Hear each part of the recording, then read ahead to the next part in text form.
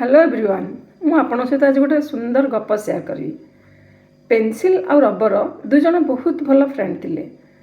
तो पेंसिल दिने रबर को कहला सॉरी। सेतेबेले रबर विरक्त ही कहला सॉरी कौन पे कहला आज तुम मो भितर तो सॉरी आ थैंक यू रो किछि जगह ही नहीं। सेतेबेले पेंसिल रबर को बुझाउ जाई कहला समस्त पाखरे तुम परी भूल को सुधारिबा पई जणे जणे रहबा आवश्यक। सांग माने आमर बापा माँ होउछनी रबर परी एवं आमे होउछनी पेंसिल परी।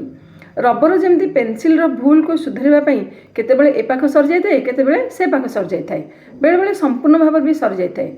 ठीक से परी दिन आसे रबर और पेंसिल पाखे रुहे नाही बा कौन करे ठीक आमे भी आम बापा माँ दिन आसती आम पाखे रुहती नाही एवं से माने कौन करती लाइफ सारा से माने सरिला पर्यंत आमर भूल को सुधरती आमको ठीक रास्तार आने को चेष्टा करती आमर कर्तव्य होला से भूल को बारंबार रिपीट न करी आमे ठीक रास्तार आसी समाज मुख्य स्रोत रे आमे निजको प्रतिपादित करिबा। थैंक यू सांग माने बाय।